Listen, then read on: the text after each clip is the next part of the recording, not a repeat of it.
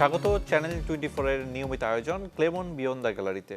আপনাদের সঙ্গে রয়েছে আমি আরিফুল ইসলাম, আর আজ আমার সঙ্গে রয়েছেন সাবেক ক্রিকেটার মোহাম্মদ রফিক। আপনাকে স্বাগত জানাচ্ছি। আসসালামু আলাইকুম। টেস্টের বাংলাদেশের যে পথচলা, সেটার রজত জয়ন্তী, টেস্ট মর্যাদা প্রাপ্তির 25 বছর, সেটা উপলক্ষে বিসিবি অনেক কিছুই করছে। প্রত্যেকটা বিভাগে নানা রকমের স্পোর্টস ইভেন্ট এবং ক্রিকেট ইভেন্ট যদি বলি, সেগুলো আয়োজন করছে শিশু কিশোরদের নিয়ে। আজকে আমাদের যে আলোচনার বিষয়, যে বাংলাদেশের টেস্ট ক্রিকেটের বাস্তবতা। আপনি সেই যে প্রথম টেস্ট, সেই টেস্টটা আপনি খেলেছেন ভারতের সাথে। এতদিন পর এসে যদি বলি যে ওভারঅল বাংলাদেশের টেস্টের পরিস্থিতি আপনার চোখে কেমন? দেখেন, আলহামদুলিল্লাহ, যে সবথেকে বড় যেটা আল্লাহর কাছে শুকরিয়া আদায় করি যে প্রথম টেস্টে আমি ছিলাম, আর 25 বছর হচ্ছে। তো দেখেন, এই বুলবুল আসছে, একটা নতুন কিছু কিন্তু একটা করতেছে। আজকে দেখেন যে উৎসটা সারা বাংলাদেশে ছড়িয়ে দিচ্ছে বাচ্চাদের কাছে, এটা কিন্তু আগে কখনো করেনি। হতে পারে যে বিসিবি কিন্তু আগে 10 বছর পর বা আবার 10 বছর পর একটা অনুষ্ঠান করতো, বা আমাদের নিয়ে একটা ব্লেজার দিত, আমাদের কলকাতা নিয়ে গেছে যখন পিংবল খেলার জন্য। কিন্তু এটা কিন্তু একটা নতুন একটা কিছু একটা করতে যাচ্ছে। তা আমি মনে করি এই ছোট ছোট বাচ্চাদের মাঠে আনাটা এবং এদের স্মরণ করা দরকার যে আমরা বাংলাদেশে টেস্টটা কবে পেয়েছি। অনেক বাচ্চা দেখা যায় যে 8-10 বছরের বাচ্চা, এরা 25 বছর তো বহুত চিন্তার বাইরে। আমার কথা এই যে এদের নলেজে ঢুকা দেওয়া, যে কারা এটা খেলেছে বা কারা এই ক্রিকেটটা এই পর্যায়ে নিয়ে আসে বা কারা প্রথম টেস্ট প্লেয়ার। তা আমি মনে করি যে আলহামদুলিল্লাহ, এটা আমি মনে করি একটা ভালো উদ্যোগ নিয়েছে বুলবুল এবং বিসিবি। তা আমি মনে করি যে বুলবুল যেই কাজটা করতেছে বিসিবিকে নিয়ে, তা আমি মনে করি যে হ্যাঁ, কিছু একটা বাংলাদেশে হবে।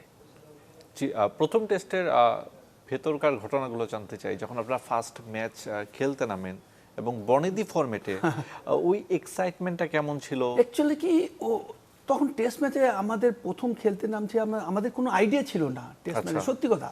তো যখন আমাদের গাঙ্গুলি তো আমাদের কাছে খুব ক্লোজ, বাট ওর সাথে আমি খুবই ক্লোজ মিলতাম। বা আমাদের যে ক্যাপ্টেন ছিল, বুলবুল ছিল, দুর্য ছিল, আকরামরা ছিল, আমরা ওর কাছে গেতাম। তো ওরা বলছে, দেখো এত টেনশন কিছু দরকার নাই, তোমরা মাঠে নামলে দেখবে রুলস তো জানতে পারবা কিভাবে কি হচ্ছে। আর এটা তো 1 ঘন্টা পর পর ব্রেক হচ্ছে, তো ওই ব্রেকেই তোমরা অনেক কিছু করতে। আলহামদুলিল্লাহ, তা আমরা কিন্তু ওখান থেকে আরম্ভ করলাম। দেখা যাচ্ছে যে একদিন গেছে অটোমেটিক কিন্তু আমাদের নলেজে আসছে যে কিভাবে 1 ঘন্টা পর পর ব্রেক হয়, কিভাবে এই দিনটা পার হতে হবে। তো অটোমেটিক কিন্তু দেখেন, আজকে 25 বছর লাগে, আমার কাছে ফিল লাগে যে ওই দিনকে আমি টেস্ট খেলেছি, প্রথম টেস্ট, আজকে 25 বছর হয়েছে। তো আলহামদুলিল্লাহ, দিন কারোর জন্য অপেক্ষা করে না। এবং আপনারা প্রথমেই 400 run, Bangladesh first test match খেলতে নেমেছে এবং সেখানে তারা 400 রান করেছে ফার্স্ট ইনিংসে, রাইট? 400 মতো রান। তো এই ব্যাপারটা কেমন ছিল? আপনারা নিজেরা ভাবতে পেরেছিলেন না এটা হয়ে গিয়েছিল ওই সময়? না দেখেন, আমাদের ভাবার কিছু নয়, আমরা কিন্তু হারানোর কিছু ছিল না তখন। আচ্ছা, মেন জিনিসটা যে আমরা শিক্ষা নেওয়ার জন্য ওটা হচ্ছে, এটা কিন্তু আমরা যে না, আমরা কিন্তু প্রথম বাংলাদেশে যে যাচ্ছে, আমি মনে করি বাংলাদেশ 400 রান করেছে, ওটাও একটা হিস্ট্রি হয়েছে, যেখানে বুলবুল 100 মেরেছে। এটা কিন্তু সত্যি কথা কি, অন্যান্য দেশগুলো দেখেন ইতিহাসে যারা প্রথম আরম্ভ করেছে, এই ধরনের ঘটনা ঘটছে কিনা আমি জানি না। তা আলহামদুলিল্লাহ, আমি মনে করি যে আমাদের তো ওখান থেকে আরম্ভ হয়েছে, বাট শিক্ষা নিয়েছি। এবং প্রথম টেস্টে আমরা যদি 400 রান করেছি, আলহামদুলিল্লাহ, ওখান থেকে আমি মনে করি বাংলাদেশে ডে বাই ডে দেখা যাচ্ছে যে ইমপ্রুভের দিকে যাচ্ছে। তা আমি মনে করি যে হতে পারে যে বলতে পারেন যে সেকেন্ড ম্যাচে আমরা অনেক খারাপ খেলেছি, বিকজ এই যে টেস্ট ম্যাচ খেলার একটা প্ল্যানিং, একটা এনার্জি তখন সত্যি কথা কি আমাদের ওই রকম ছিল না। তাই আলহামদুলিল্লাহ, এখন তো অনেক কিছু হয়েছে। এবং আপনি ওই ম্যাচে 3টা উইকেট নিয়েছিলেন ফার্স্ট ইনিংসে, হ্যাঁ নিয়েছি। আমি ওই ম্যাচে আমি বোলিংও করেছি, আমি বোধহয় 55 ওভার বল করেছিলাম, 100 কয় রান দিয়েছিলাম। তা আলহামদুলিল্লাহ, একটা বড় অভিজ্ঞতা হয়েছে ওটার থেকে। তা এখন তো তারপর তো টেস্ট খেলেছি, তো অটোমেটিক দেখা যাচ্ছে ডে বাই ডে যত গিয়েছে তত রুলস অনেক কিছু জেনেছি। বাট প্রথম দিনটা আমি মনে করি যে আমরা যেসব প্লেয়ারগুলো খেলেছি, সত্যি কথা আমরা সবসময় কিন্তু সারাটাক্ষণ হতাশা ছিলাম যে টেস্ট ম্যাচটা কি নিয়ম হচ্ছে, কি হচ্ছে না হচ্ছে। তা আলহামদুলিল্লাহ, প্রথম দিনটা যখন গিয়েছে, তা আলহামদুলিল্লাহ আমরা মনে করি যে বোধহয় আমরা অনেক আগে। এবং ভারতের এগেইনস্টে যে দলটা আরো অনেক বেশি শক্তিশালী, আজকে শক্তিশালী, ভারত দেখেন কোথায় আছে। তা আমরা তো সত্যি কথা কি, গাঙ্গুলি ক্যাপ্টেন ছিল, আমি মনে করি অনেক হেল্প করেছে বাংলাদেশকে এই টেস্টের জন্য। এরপর আপনি সব মিলে যদি বলি, বাংলাদেশের হয়ে 33টা টেস্ট খেলেছেন। তো সব বিবেচনায় যদি বলি, এখন এসে বাংলাদেশ যেখানে থাকার কথা ছিল, ওই জায়গায় কি টিম বাংলাদেশ পৌঁছাতে পেরেছে?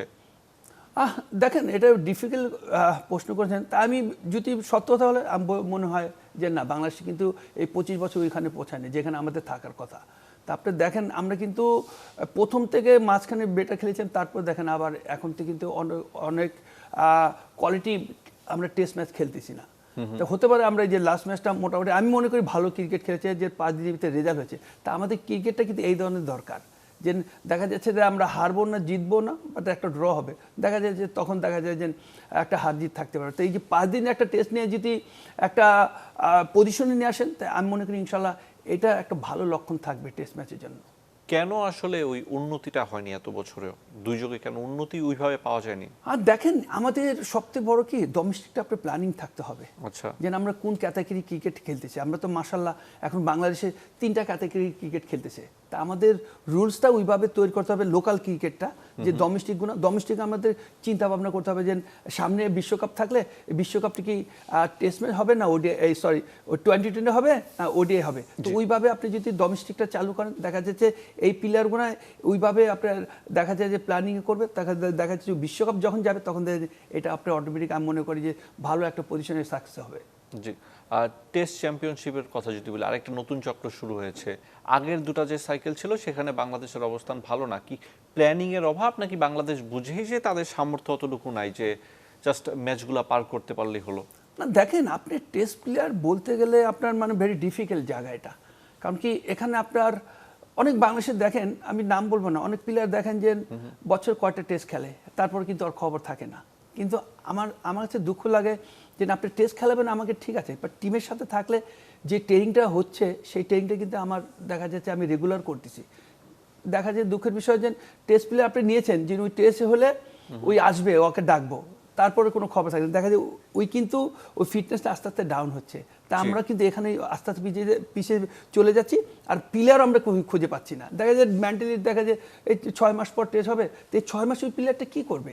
ওকে তো আপনি ওডিআই খেলাচ্ছেন না, আপনি টোয়েন্টি খেলাচ্ছেন না, দেখা যাচ্ছে ওই প্লেয়ারটা আস্তে আস্তে ফিটনেসটা ডাউন হচ্ছে, এবং দেখা যাচ্ছে ওর বেসিকটা আস্তে আস্তে মানে হারিয়ে ফেলেছে। তা আমি মনে করি এখান থেকে আমরা অনেক প্লেয়ার কিন্তু নষ্ট করেছি। জি, এই প্রসঙ্গে ফিরবো। একজন দর্শক আমাদের সঙ্গে রয়েছেন, মোহাম্মদ রফিক আছেন আপনার সঙ্গে। আপনি কোনো প্রশ্ন থাকলে করতে পারেন, কিংবা কোনো মতামত থাকলে সেটা আপনি জানাতে পারেন। রফিক ভাই কেমন আছেন? আসসালামু আলাইকুম, ভালো আছেন? রফিক ভাই কিন্তু বলছি আমি। আচ্ছা, হ্যাঁ আলহামদুলিল্লাহ ভালো। আসলে প্রশ্নটা কি, আমি তো আসলে ফেসবুক দেখি, আমরা তাকে পত্রিকা খুব একটা পড়ি না। ফেসবুকে দেখলাম আপনি খুব উইনিংলি বাংলাদেশের যে কোনো একটা জায়গায় আপনি নিজেকে ইনভলভ করতে চান। আমার প্রশ্নটা হলো যে ভোট যদি আপনাকে চায় না, আপনি যখন বলবেন খুব ভালো লাগলো যে আপনি চাচ্ছেন, কিন্তু ভোট কি চায় যে লোকাল কাউকে ইনভলভ করে? আমার তো মনে হয় না। ভোট তো বাইরে থেকে বিদেশি কোচ এনে লক্ষ লক্ষ কোটি কোটি টাকা দেয়, অথচ আমার দেশে অ্যাসেট আছে, তাই না? আমার দেশের অ্যাসেট যদি আমি ইউজ করতে পারি, সমস্যা কি? বুলবুল আসছে, বুলবুলের কাছে আমাদের প্রত্যাশা এটাই। Thank you. Thank you, thank you. দেখেন আশা তো শেষ নাই। আমি দেখেন 2009 রিটায়ার করেছি। আমি যখন কারেন্ট প্ল্যান তখন থেকে আমি বলেছি কিন্তু যে না, আমি রিটায়ার করার পর আমি বোর্ডের সাথে কাজ করবো। আপনি দেখেন 2009 রিটায়ার, আজকে 2025 চলতেছে। তারা কিন্তু এখন এই পর্যন্ত তারা কিন্তু আমাকে কোনো সাড়া দেয়নি। তারপরে তো আমি নিজে আশ্বাসটা ছাড়ি না, বাট এখনও বিশ্বাস আছে যে হতে পারে চেঞ্জ হবে, কিছু একটা হবে, আমাকে ডাকবে, আমি দেশকে নিয়ে কাজ করবো। কারণ আমি ক্রিকেটে যতটুকু খেলেছি ততটুকু আমার দেশকে দিচ্ছি। তা যেটা বললো টিপু সাহেব যে ফরেন নিয়ে আসে, তা আমি মনে করি যেসব ফরেন নিয়ে আসে আমি আলহামদুলিল্লাহ তাতে তো কোনো অংশ কম না। আমি কিন্তু অনেক দেশে যে কাজ করি বা দেখি, আপনি দেখেন যে বিপিএল কাজ করি, ডোমেস্টিকে কাজ করি।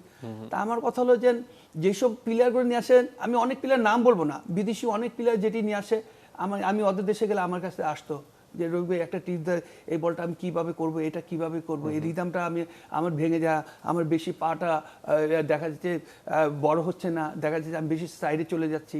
তো আমার কথা হলো যে যেখানে আমাকে যে নিবে এরকম না, আমার মতো অনেক প্লেয়ার আছে যারা রিটায়ার করে, তাদের ডাকেন। আপনার দেশের প্লেয়ার যদি দেশের কোচের সাথে থাকে, আমি মনে করি যে আমি 100% বলতে পারি যে ডে বাই ডে কিন্তু বাংলাদেশের ক্রিকেটটা ইমপ্রুভ হবে, আমার দেশের প্লেয়াররা ইমপ্রুভ হবে। বিকজ এখানে অনেক কিছু চিন্তা ভাবনা আছে। দেখা যাচ্ছে যে আপনি যখন ফরেন একটা কোচ নিয়ে আসবেন, দেখা যাচ্ছে যে আমি বসে ওর সাথে একটা শিডিউল করলাম যে না আমাদের 3 ঘন্টা প্র্যাকটিস হবে, কিন্তু আমার যখন লোকাল কোচ থাকবে 3 ঘন্টা কোনো টাইম না, এই দিনটার যতটুকু সময় থাকবে আলোটা ততটুকুই কিন্তু ওকে নিয়ে কাজ করবো। সারাটা দিন কিন্তু ওর নিয়ে কাজ করবো, আমার কোনোই নাই। যে পর্যন্ত আমার প্লেয়ার হ্যাপি না হবে যে ব্যাটিং করে আমি হ্যাপি হলাম যে হ্যাঁ আমি 1 ঘন্টা ব্যাটিং করছি, ঠিক আছে, আমার জন্য অ্যাডাপ। তা আপনি যখন 2 ঘন্টা 2.5 ঘন্টা প্র্যাকটিস করবেন তখন এই 22 আপনি বলেন এই 15টা প্লেয়ারে কতক্ষণ ব্যাটিং দিবেন। তো এখান থেকে কিন্তু বেসিকটা আস্তে আস্তে হারা যাচ্ছে। তা আপনি প্লেয়ারকে একটা স্বাধীন দিতে হবে যে তুমি কতটুকু চাও আর কতটুকু তুমি করলে হ্যাপি হবে। তা আমি মনে করি যে এই হ্যাপি জায়গাটা আমি মনে করি যে পূরণ হচ্ছে না। জি, একটা লম্বা সময় পর্যন্ত তো নাজমুল হাসান পাপনের যে কমিটি তারা ছিলেন, এরপর ফারুক আহমেদ এলেন এবং খুব অল্প সময় তিনি এখানে স্থায়ী হলেন সভাপতির দায়িত্বে। আমিনুল ইসলাম বুলবুল আছেন যিনি আপনার সঙ্গেই খেলেছেন। সুতরাং এই জায়গাটায় এসে আপনি কি আশাবাদী হতে পারেন যে এখন আপনার সঙ্গে তার কোনো আলোচনা হবে বা আপনি তার সঙ্গে যোগাযোগ করবেন? না, অবশ্যই আমি কালকে কথা বলেছি ওর সাথে। ওই বললো আমি রাজশাহী আছি, 24 তারিখে আমার সাথে কথা বলবে। আমি বলবো না বুলবুল আসছে, কারণ বুলবুল আমাদের ফ্যামিলির সাথে একটা ভালো একটা কানেক্টেড আছে। আজকে তো না, আমি বোধহয় 80 সনের থেকে আমাদের ফ্যামিলি, ওদের ফ্যামিলির সাথে আমাদের, আমরা বোধহয় বুলবুলের বাসায় বা আমাদের বাসায় মাসে বোধহয় 10 দিন খেতাম ওদের বাসায়, বা ওই আমাদের বাসায় খেত। আমাদের সাথে এইরকম রিলেশন ছিল। আমি বলবো না যে বুলবুল আসছে দেখে যেন আমাকে ডাকো বাই করবো, বাট আমাদের দেশটা প্রফেশনালভাবে কাজ করুক, আমার কথা নিরপেক্ষভাবে কাজ করুক। যে আমার রফিকরে আমাকে নিতে হবে না, আমার কথা আমার তো বেটার যদি পাও তুমি নাও, সমস্যা নেই। আমার দেশের ক্রিকেটটা আমার উন্নয়ন চাচ্ছি আমরা। আমার একটাই কথা যে আমার দেশের ক্রিকেটটা উন্নয়ন চাচ্ছি। যেটা আপনি প্রশ্ন করলেন যে আমাদের টেস্ট ম্যাচটা আজ থেকে 25 বছর হয়ে গেছে, আমরা এখনও কিন্তু দেখা যাচ্ছে যে পিছে যেটা চিন্তা করেন, পিছে তো আমরা অনেক ভালো ক্রিকেট খেলেছি। তো এখন তো এই 25 বছরে তো আমরা কী ডেভেলপটা করলাম, তো এটা কিন্তু নিজস্ব একটা প্রশ্ন জাগে। তা আমার কথা হলো যে যারা ম্যানেজমেন্ট আছে তারা কিভাবে চিন্তা ভাবনা করে, এটা হলো সবচেয়ে বড়। তারা কি নিয়ে চিন্তা ভাবনা করে যে এই যে আমরা যে ক্রিকেটটা 2020 ভালো খেলতেছি নাকি ওডিআই ভালো খেলতেছি না টেস্ট ম্যাচ ভালো খেলতেছি। এখন যদি আপনি টেস্টটা যদি ভালোভাবে আপনি শেষ করতে পারেন, ভালোভাবে খেলতে পারেন, তা অটোমেটিক কিন্তু আরও 2টা সেক্টর কিন্তু অটোমেটিক কিন্তু আপনার উপরের দিকে যাবে। তা আপনি টেস্ট ম্যাচ যদি ভালো না করেন, এটি কিন্তু আস্তে আস্তে ওই দুটাকে টেস্ট ম্যাচের সাথে সাথে ওই দুটারও কিন্তু আপনার ডাউন নিয়ে নেবে। বিকজ আপনি যদি আজকে দেখেন টেস্ট খেলেন, 2টা টেস্ট খেলেন, তার ভিতরে কিন্তু আইসিসি কিন্তু আপনি দেখা যায় যে 3টা টি20 2টা ওডিআই দেয়। তা আপনি যদি টেস্ট না খেলেন এটা কিন্তু আস্তে কেটে দিবে। তো তখন কিন্তু দেখা যায় ওডিআই আর 2020 জন্য বসে থাকবে। তা আমার কথা হলো যে টেস্ট ম্যাচটার জন্য আমি মনে করি বিসিবি বেশি উদ্যোগ নেওয়া উচিত এবং সারা বাংলাদেশে টেস্ট ম্যাচের মতন খেলাটা আরম্ভ করা উচিত।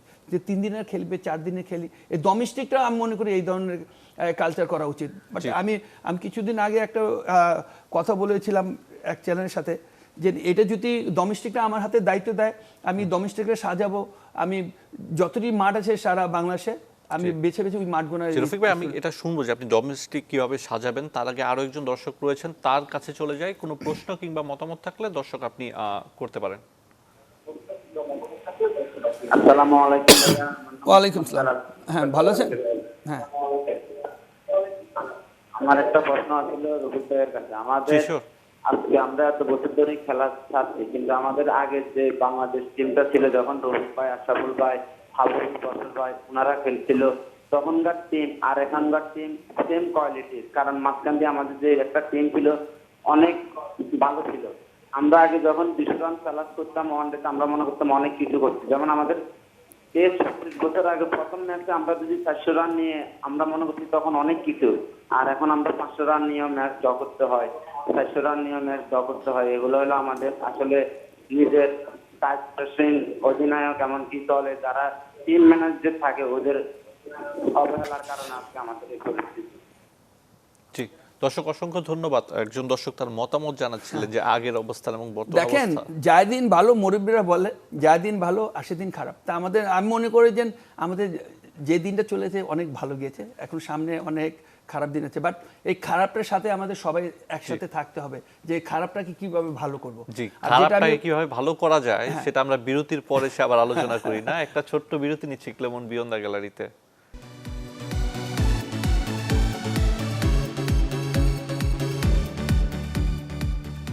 বিরতির পর আবারও ফিরে এলাম ক্লেমন বিয়ন্ড দ্য গ্যালারিতে। আপনাদের সঙ্গে রয়েছে আমি আরিফুল ইসলাম, আর আমার সঙ্গে রয়েছেন সাবেক ক্রিকেটার মোহাম্মদ রফিক। আলোচনা করছিলাম বাংলাদেশের টেস্ট ক্রিকেট নিয়ে, কেমন পথ চলা। মোহাম্মদ রফিক আমাদের সঙ্গে রয়েছেন।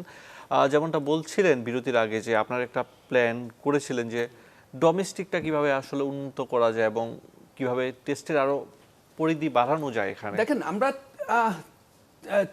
তিনটা ক্যাটাগরি খেলা খেলি, টেস্ট ম্যাচে খেলি, ওডিআই খেলি, আবার টোয়েন্টি খেলি। বাট এটাই আমরা লিগে আরম্ভ করব, মানে আমার চিন্তা ভাবনার থেকে।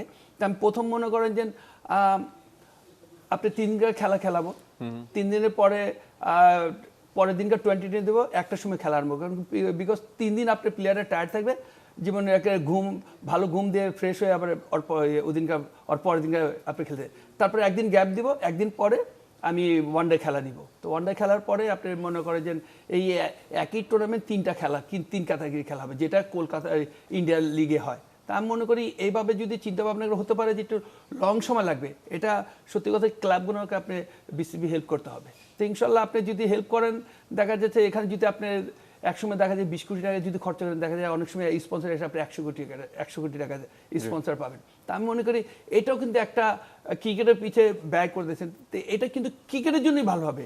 আমি যে চিন্তা ভাবনা করছি, আপনার যে 3টা ক্যাটাগরি খেলা খেলি, এই 3টা ক্যাটাগরি কিন্তু আপনি আস্তে আস্তে কিন্তু স্ট্রং হবে, এবং সারা ডিস্ট্রিক্টে যদি যেসব মাঠগুলো ভালো আছে এইসব মাঠগুলো খেলা হবে, দেখা যায় ওইসব একাডেমির বাচ্চারা খেলা দেখবে, এবং দেখা যায় ওইখানে দর্শকের দেখা যায় একটা আগ্রহ থাকবে। তা আমি মনে করি যদি এই বিভিন্ন ধরনের মাঠে বিভিন্ন ধরনের উইকেটে আপনি যদি খেলান বাচ্চা বা আমাদের বাংলাদেশের প্লেয়ারগুলো, তা আমি মনে করি এখান থেকে যেই অভিজ্ঞতাটা হবে, একটা ওয়েদারের অভিজ্ঞতা হবে, একটা উইকেটের একটা আইডিয়া হবে। তো দেখা যাচ্ছে যে না, আমাদের যখন বিদেশে যাই আমরা কিন্তু একটু হাবুডুবু খাই, তো এই কারণে কিন্তু বিভিন্ন ধরনের উইকেটে যদি খেলেন, তো প্লেয়ারদের একটা মোটামুটি একটা ভালো আইডিয়া থাকবে।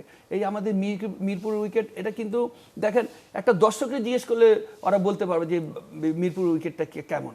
আমরা দেখেন যে আজকে লাস্ট টেস্টটা খেলে দেখেন বল কত উপরে বাউন্সার উঠে, তা আপনি যদি এর থেকে বেশি বাউন্সার যদি ইংল্যান্ড এখন যদি খেলেন, ইংল্যান্ড তো আরও মাথা উপরে যাবে, কিন্তু এইসব উইকেট কিন্তু আমাদের বাংলাদেশের নাই। তো বিভিন্ন ডিস্ট্রিক্টে যেটি আছে, এটি যদি বিসিবি যদি ওরকম আগ্রহ করে ঠিক করে এইসব জায়গায় যদি খেলা দেয়, ঢাকা লিগের খেলা, তা আমি মনে করি যে 3টা ডিপার্টমেন্ট আমি মনে করি যে বহুত স্ট্রং হবে, এবং ভবিষ্যতে বাংলাদেশ টিমে অনেক প্লেয়ার খুঁজে পাবে।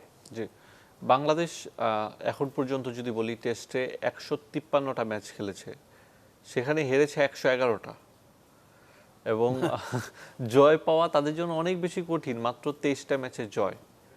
হতাশা ক্রিয়েট করে কিনা? দেখেন, হতাশা যদি ওটা চিন্তা ভাবনা করেন, আপনি 2000 সনেতে আজকে 2025-এ 25 বছরই করেন, ওইভাবে যদি চিন্তা করেন, আপনি 100 কতটি টেস্ট খেলেছেন? 153টা। মার্শাল্লাহ, 153টা। আপনি দেখেন 153টা টেস্টেতে প্রায় 200 উপরে আপনি টেস্ট প্লেয়ার বানিয়ে ফেলেছেন। তাই আপনি কত সহজভাবে নিয়েছেন। আপনি অনেক প্লেয়ার তো আছে 300 টেস্ট ম্যাচ খেলেন না, আপনি 350 টেস্ট ম্যাচ খেলেন না, আপনি 250 টেস্ট ম্যাচ খেলেন, 200 টেস্ট ম্যাচ। আমাদের টেস্টের যত খেলেছি এর থেকে বেশি টেস্ট প্লেয়ার আপনি তৈরি করে ফেলেছেন। তা আমাদের অনেক কিছু চিন্তা ভাবনা আছে, যদি চিন্তা ভাবনা করেন অনেক কিছু চিন্তা ভাবনা আছে। তা আমার কথা হলো যে একটা টেস্ট প্লেয়ার বানাতে হলে ওদের সময় দিতে হবে, অনেক কিছু চিন্তা ভাবনা। রফিক, বাংলাদেশের প্রেক্ষাপটে যারা টেস্ট ক্রিকেটার রয়েছেন, তারা কি নিজেদের একটু ছোট মনে করেন? আমরা দেখি ক্যামেরার সামনে তারা ছোট না ভাব, আপনি যেটা আমি বললাম, এখন মনে হয় আমাকে টেস্টের জন্য নিয়েছেন, তো এখন টেস্ট তো আপনি 6 মাস পরে বাংলাদেশ টেস্ট আছে, এরপরে তো আমার কোনো খবর থাকে না। তো এই যে আমি যে বাসায় আছি বা আমার বিজনেস নিয়ে ব্যস্ত আছি, তা আমার কোথায়, আমার মেমোরিটা তো ওখানে নাই। যখন আপনি আমার ক্রিকেটের সাথে রাখবেন, আমার ন্যাশনাল টিমের সাথে রাখবেন, তখন কিন্তু আমার মেমোরিটা থাকবে। তারপরে যে এই যে অন্য প্লেয়াররা 2020 খেলতেছে, ওডিআই খেলতেছে, কিন্তু আমি টেস্ট ম্যাচের জন্য বসে রয়েছি ভাই, লং সময়ের জন্য। তো এখান থেকে তো আমি আস্তে আস্তে আমার মেন্টালি অনেক পিছিয়ে চলে যাচ্ছি। তা আমাদের কথা হলো যে যেসব প্লেয়ারগুলো আপনি খেলাবেন, এইসব প্লেয়ারগুলো অন্য ক্যাটাগরি খেলা দেখান না, ওরা ওই ধরনের তৈরি করেন না। এরকম তো না, আপনি কি অন্য দেশ কি আপনি 3 ক্যাটাগরি ক্রিকেট খেলেন? আমাদের বাংলাদেশে কি অনেক প্লেয়ার আছে না যে 3টা ডিপার্টমেন্টে ক্রিকেট খেলে? তা আমার কথা হলো আপনি তৈরি করতে সমস্যাটা কি, আপনি টিমের সাথে রাখাটার সমস্যা কি? তা আমার কথা হচ্ছে ওইভাবে কিন্তু আমরা প্লেয়ার মানে টেস্ট প্লেয়ার হারাই ফেলেছি।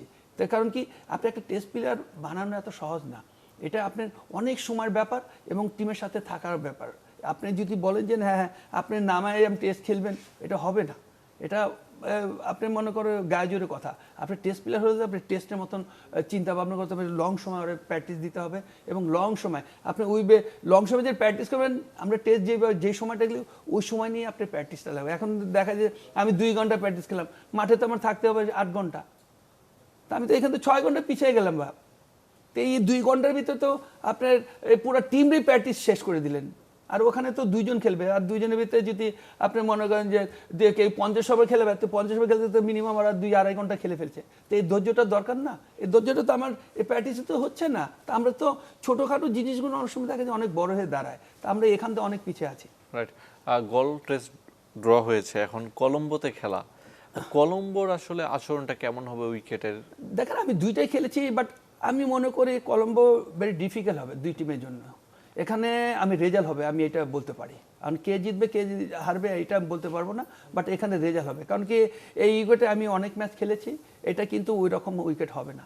এখানে দেখা যাচ্ছে যে আপনার 300 রানই ভেরি ডিফিকাল্ট হয়ে যাবে আপনি যদি বোলিং লাইন ওইরকম ভালো থাকে। কারণ ওখানে দেখা যাচ্ছে আপনি ফাস্ট বোলার স্পিনার অত টান পানে, এখানে কিন্তু বল ঘুরবে অনেক। তার মানে আপনি কি প্রথম চাচ্ছেন যে থেকে একাদশটা কি হোক, মানে স্পিনের বেশি আধিক্য থাকুক? এটা 2টাই হবে। এটা দেখবেন যে এটা ওরা তো এটা ঘাস থাকে, তো 2টাই আপনি ভালো পেস বলার যদি কন্ট্রোলে থাকে, জোরে বলার দেখা যায় ওইটা আপনার স্পিনও আপনি দেখা যায় টান করবে। আপনি দেখেন ওই যে লাস্ট ম্যাচটা যেটা গেছে ওই উইকেটটা কিন্তু ওইরকম টান করে না, বাট এখানে দেখবেন আপনি দুই দলের প্লেয়ারই কিন্তু অনেক বল ঘুরাবে। সেক্ষেত্রে আপনি কি মনে করেন যে মেহেদী মিরাজ যদি ফেরেন তার সঙ্গে কাকে রাখা উচিত? নাইম হাসান কি তাহলে দেখেন বাইরে চলে যাবেন? মিরাজ তো এখন বাংলাদেশের আমি মনে করি সাকিবের পর মিরাজ আছে, এখন অসুস্থর জন্য হয়েছে। তো এটা মিরাজের আপনি 2টা সাইড পাচ্ছেন, আপনি ব্যাটিংও একটা স্ট্রং পাচ্ছেন, আপনি বোলিংও মাশাআল্লাহ দেখা যায় ওই 25-30 ওভার মতন বল করতে পারে। তা আমি মনে করি যে যদি ওই সুস্থ হয়ে যায় ইনশাল্লাহ, আমি মনে করি এই টেস্টের জন্য বাংলাদেশের জন্য ভালো। সেক্ষেত্রে বাদ যাবেন কে? বাদ যাবে এটা এখন তাইজুল আছেন, ম্যানেজমেন্ট ব্যাপার, এটা আমি বলতে পারবো না যে কে বাদ যাবে। এখন আমার কথা হলো যে ম্যানেজমেন্ট যেটা চিন্তা ভাবনা করে যে না আমাদের কিভাবে রেজাল্ট নিব, ওই চিন্তা ভাবনা করে। ক্যাপ্টেনের আজকে আপনি দোষ দিবেন না, ক্যাপ্টেনও তো ম্যানেজমেন্টের নিয়ে আলোচনা বা কোচের আলোচনা নিয়ে একটা টিম বানিয়ে ওকে দেন। তা আমার মনে হয় যেটা ভালো হবে, যে টিমের জন্য যেটা দরকার আমি মনে করি সেটাই ওরা বাঁচবে। যে আজকে ওয়ানডে দলটা ঘোষণা করা হয়েছে মেহেদী মিরাজের নেতৃত্বে, 16 সদস্যের যে দল, সেই দলে সব থেকে বেশি আলোচনা হচ্ছে নাইম শেখের যে ফেরা। 2 বছর পর তিনি জাতীয় দলের মানে ওয়ানডে টিমে ডাক পেয়েছেন। আর দেখেন নাইমরে তো সবাই চিনে, বাট ওই ডোমেস্টিকও ভালো পারফর্ম করেছে। এখন মেন জিনিসটা যে আমরা যে কারেন্ট প্লেয়ারগুলো যারা আছে, নতুন একটা আছে, এরা যদি ওকে ওয়েলকাম জানায় এবং টিমের সাথে যদি একত জিনিসটা যে ওকে কিছু টিপ দেয়, আমি মনে করি ওই নাইম শেখ যে পারফর্মটা করবে তা আমি মনে করি টিমের জন্য ভালো। এবং যেসব অনেক সিনিয়র প্লেয়ার আছে তার মনে করি সিনিয়র প্লেয়ার যদি ওর সাথে মিশুক হয়, ওকে কিছু টেকনিক দিয়ে দেখিয়ে দেয়, আমি মনে করি যে দেশের ক্রিকেটের জন্য ভালো। জি, অসংখ্য ধন্যবাদ আমাদের সঙ্গে আজকে যোগ দেওয়ার জন্য। মোহাম্মদ রফিক এতক্ষণ আমাদের সঙ্গে ছিলেন এবং আজকের ক্লেমন বিয়ন্দা গ্যালারি এখানেই শেষ করছি।